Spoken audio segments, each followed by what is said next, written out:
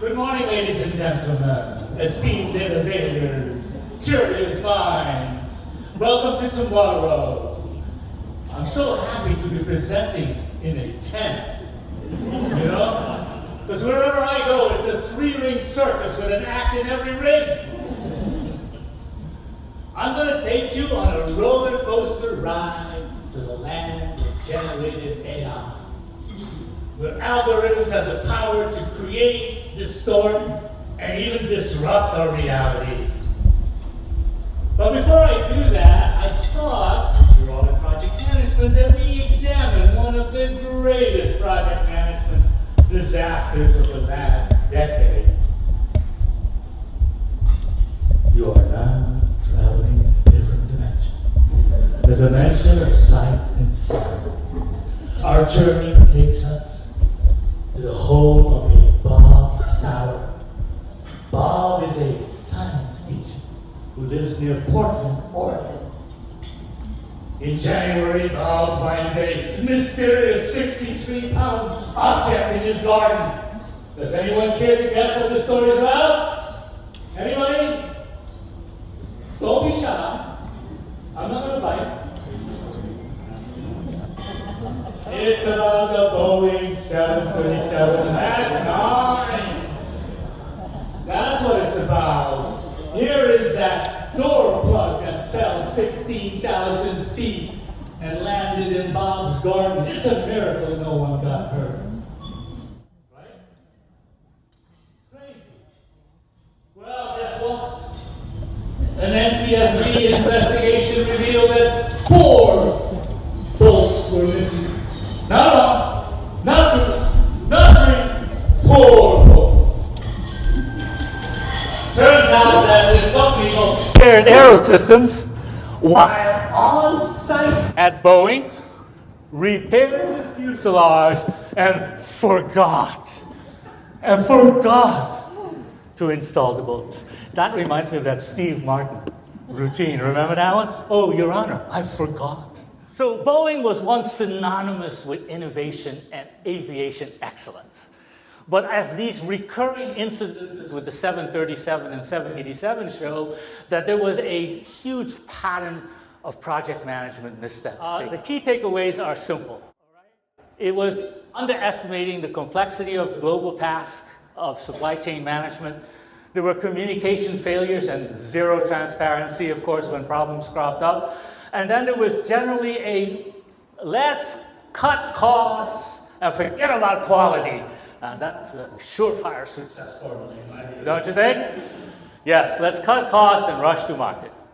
So it's a compromise thing. Now, I went online and I tried to figure out what does Boeing use for project management systems? And this is the conclusion I found. Large companies like Boeing are reluctant to tell people what their systems and tools are because they consider it a competitive advantage. I don't know about you, but this system is not a competitive advantage. SAP, take your ERP and shove it. Oracle, take your Primavera P6 and shove it. Did the conference producers warn you that I'm a rabble-rouser? No? I'm sorry about that. I hope you don't use either of those products. During the pandemic, Boeing cleverly used the largest loans ever and make it look like they weren't taking a government bailout. Now that's clever financing, isn't it? I wish they were that clever assembling their planes. But I really miss the pandemic. Yeah, you heard me right. I said pandemic. Because it produced so many funny memes and puns. This is one of the funniest memes I saw. This is your pilot speaking. I'm working from home today. But out of the deep, dark despair rose a phoenix. Around the time of June of 2020, everyone was starting to talk about this arcane language called GPT-3. The Twitterati were glowing about this product. Like this person said, it's shockingly good. He thought it was fantastic. A year and a half earlier, a gentleman by the name of Kai-Fu Lee said this on 60 Minutes. Did you catch this episode, January 2019? AI will change the world more than anything in the history of mankind, more than electricity. Who here hasn't heard of Taylor Swift? Raise your hands. Oh, look, somebody does. I love it, I love it. As you well know and may have heard, Taylor lifts the economy of every city she visits. Look at what happened in Singapore when she visited in March. She lifted the economy of the entire city-state. Generative AI has its own Taylor Swift. OpenAI, ChatGPT. When this program was launched on November 30th of 2022, our world swiftly changed. I said swiftly. Remember, it's all about the pandemic here.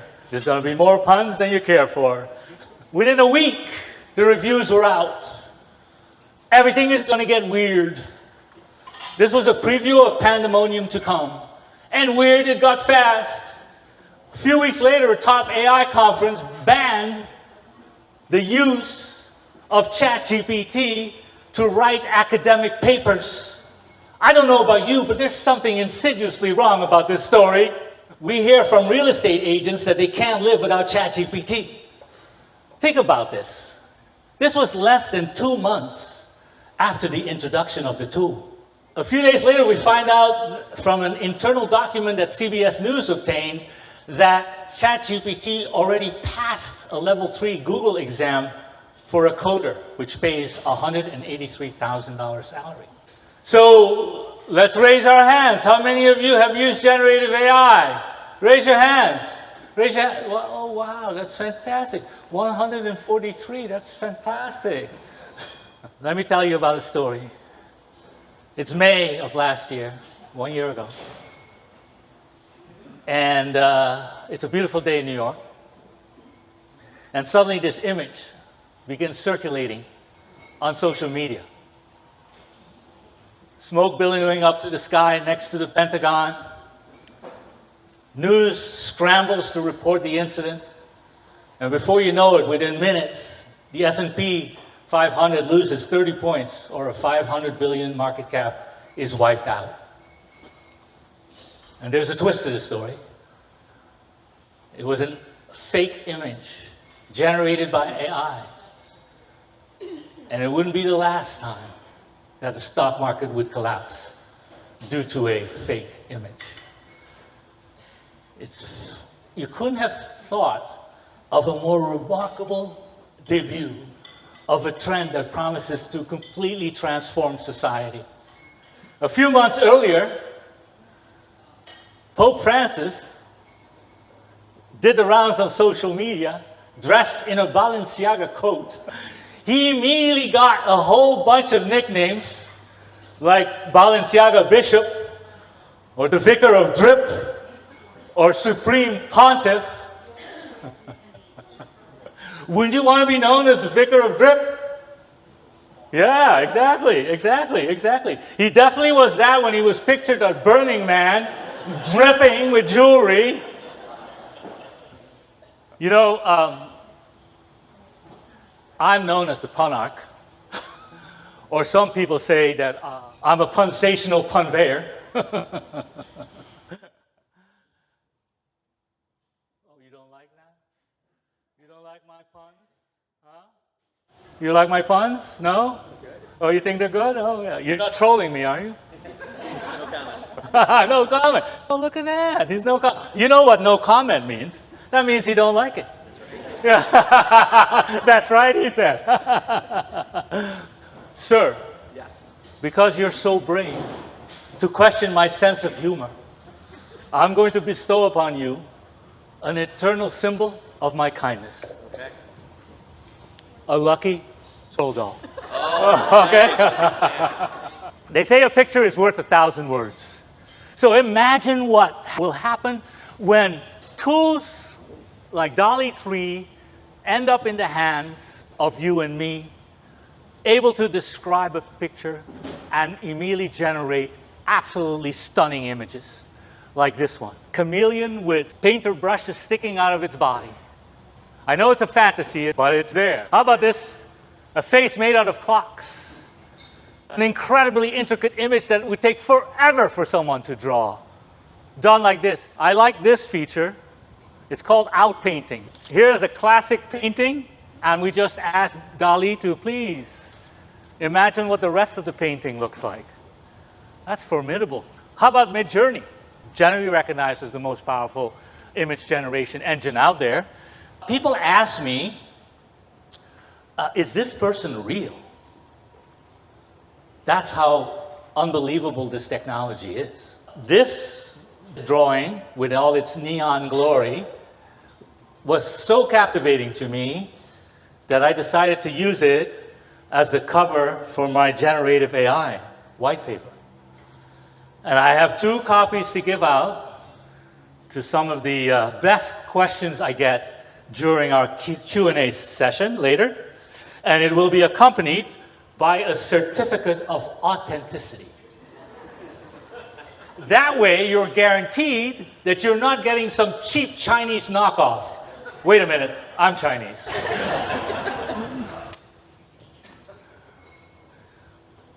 Anyway, you can download this white paper for free, and I highly recommend it because it's 64 pages packed with information. Sora is a video generation engine from OpenAI, which was just launched this past February. Look how sharp those puppies look. Isn't that amazing? Who here watches crime stories on TV? Anybody? Everybody, right? Right, exactly. What is one of those questions they inevitably ask when viewing video evidence? Anybody? You got it. We got ourselves a winner. Another squishy toy. Thank you so much. Can you enhance that? Can you zoom in on that? And I always laugh when I see those things because I know it's BS poppycock. It can't be done. Well, guess what? It can now. Adobe introduced an AI upscaling model. Take a look at the baby on the right versus the baby on the left. You know what's truly remarkable besides my dancing skills? AI video was only introduced a year and a half ago. And it looked like this. A year ago, I was standing in front of my University of San Francisco class, and I was pontificating, as I usually like to do, about the incredible prowess of all these engines called Bard and Bing. Now they're called Gemini Advanced and Copilot. These brands were scrapped. Why? Why are they iterating so quickly? Because they know that the whole world is going to be turned upside down. We're already accelerating innovation processes that are very complicated. Generative AI is part of the digital lifestyle. The Ubertrend that I like to call the marriage of man and machine. The computer is becoming us, and we're becoming the computer. And the ascendance of intelligence in these AI systems shows you quite clearly the convergence path between technology and humanity. An Ubertrend is a massive wave, think tsunami, that cascades through society, leaving many trends in its wake. And what makes an Ubertrend so spectacular is that it changes people. Our values change due to these Ubertrends. Can I show you one video that perfectly exemplifies digital addiction? Well, we all know it stinks to lose something expensive, but a Michigan woman learned the hard way that some things just are not worth retrieving. And that's because police had to rescue her from the bottom of an outhouse at a boat launch. Oh. The woman got trapped after she lowered herself all the way into the toilet to fish out her Apple Watch, which had fallen in. No. Officers had to remove the whole toilet, then lower a strap down to hoist her to safety. Their rather obvious advice to others: if you lose something in a porta potty or an outhouse, don't go in after it. Also, she never even got her watch back. I don't know about you, but I don't know how much Ozempic this woman took to fit through that hole. We're so much in love with our robots. We're going to find robot love. So, does anyone think we won't find robot love? Anybody? Huh? How many of you have seen the movie Her? Raise your hands. You have? Great, great. You love the movie, right?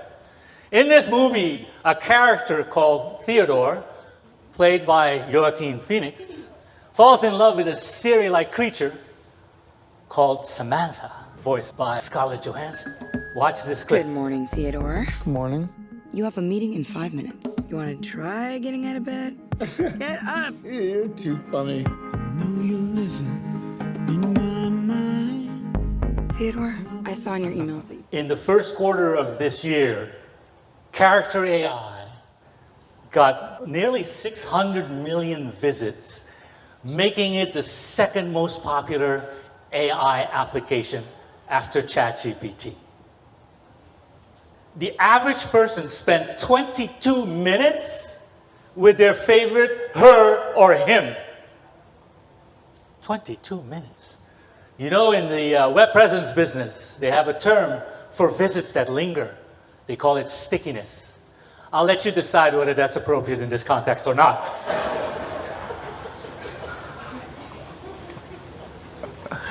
But you know, these character AI chatbots are something else. And they're going to transform our culture. It's conversations like this that are only going to lead to more screen sucking. This is what I call it.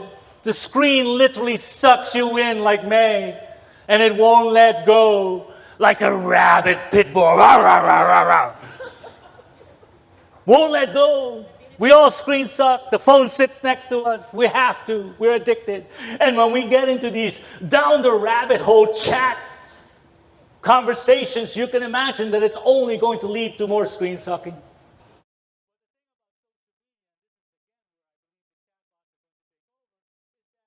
Social media use, the more you use it, the worse you feel.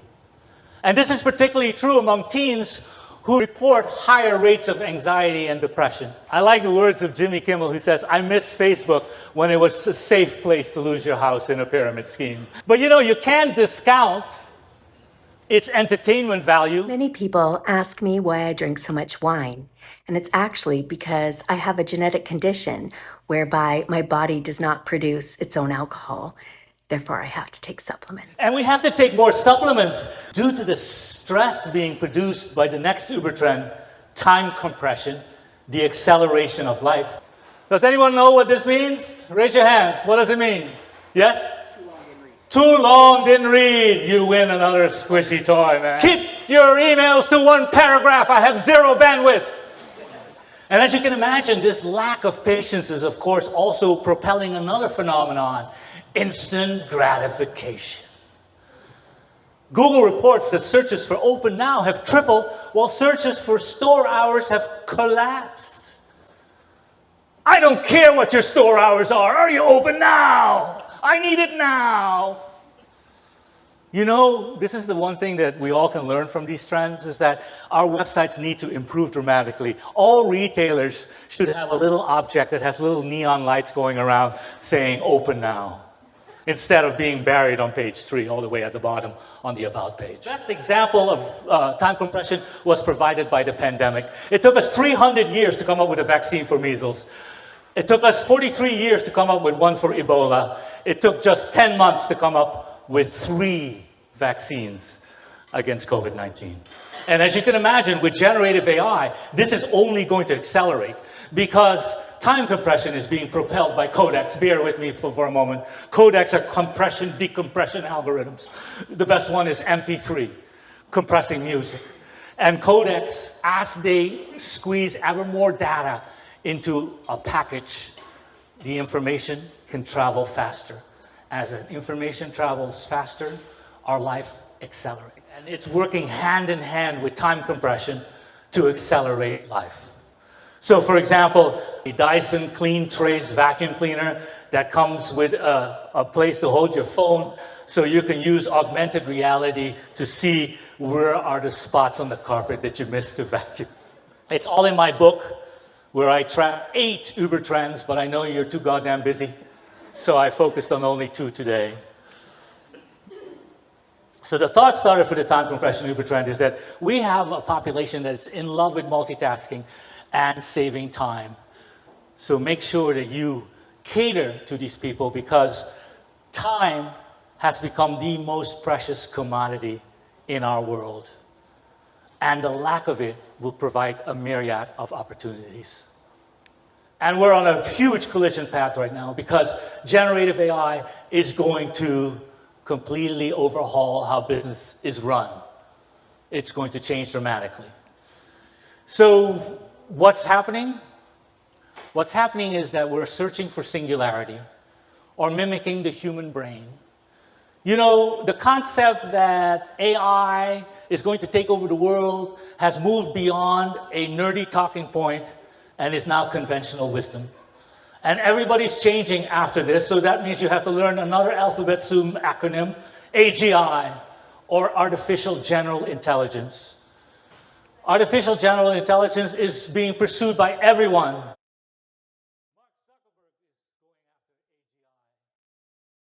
Companies like Magic in Silicon Valley are working on creating co-workers, not co-pilots. People that can actually do the job of coding. And this is going to be a dream come true for a 5-time startup guy like me, because I'm waiting for the day that I can just write out what I want to have this chatbot design for me and just go ahead and do it. So, of course, this is going to have a huge impact on the global workforce last March. And I thank you again for listening to me today. Thank you, thank you, thank you.